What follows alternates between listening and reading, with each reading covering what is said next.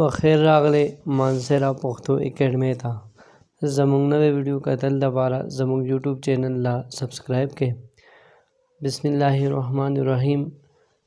زه محمد محسن مانسیرا پښتو اکیډمۍ لخوا یو نوې ویډیو لیکچر سره حاضر یم. نننۍ ویډیو لیکچر کې مونږه کنایا باندې خبره کوو چې کنایا څه ته وایي.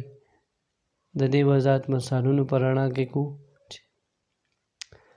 کنایا اشارې ته وایي.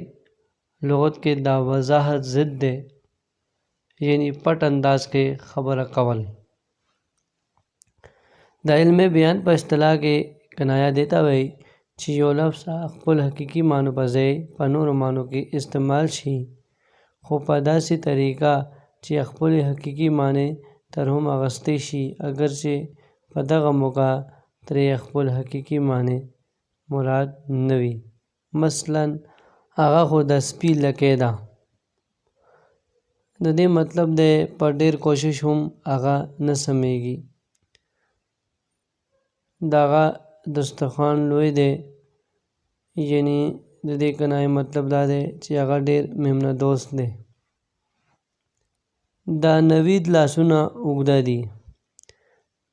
د دې مطلب دا شو چې ګرفت یې مضبوط دی.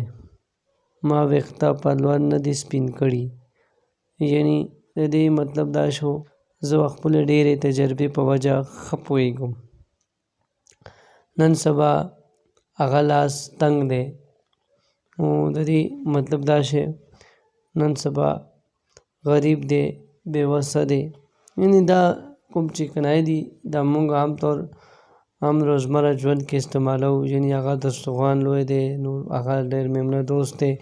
نوی لاسونه اوږده دي، یعنی هغه ګرفت یې مضبوط دی. دغسې ما ویښته په لور نه دي سپین کړي، یعنی هغه سره تجربه ده، عمر تېر دی، ژوند تېر شوی دی، نو هغې سره تجربه ده. نو دغسې نن سبا هغه لاس تنګ دی موږ عام جمع سره استعمالوو. نو نن سبا یعنی هغه غریب دی، بې وسه دی. دا ګورئ خپل حقیقي معنو په ځای دا ټولې نورو معنو کې استعمال شوي دي، خو حقیقي معنی هم ترې اخیستی شي، خو مراد نه وي هلته. زما جیب دروند شوی دی، یعنی دولتمند شوی دی. د هغه کتابونه وینو خوړل، یعنی لوسته یې پرېښې ده. دغسې شعر یو مثال راوړم دلته. یو شعر دی: چیرې که مرګ وی د جانان له غمه، نن به زما قبر د رب ولاړو. یعنی په دې شعر کې په قبر د رب ودرېدل کنایه ده، چې مطلب یې دی د مرګ ډېر موده کېدل.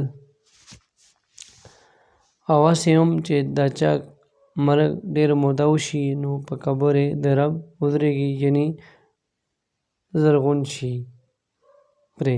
مینه والو نننۍ ویډیو کې مونږه کنایې باندې خبره کړې ده او ورسره مثالونه پیش کړي دي چې کنایه خپل حقیقي معنو په ځای نور معنو کې په استعمال شي، خو حقیقي معنی مراد هم اخیستی شي، خو دلته حقیقي معنی مراد نه وي، لکه مجازي معنی مراد وي. نو مثالونه هم مونږه پیش کړي دي. امید ساتم چې تاسو نننۍ ویډیو نه ښه استفاده واخلئ او ما ته اجازت راکړئ. والسلام.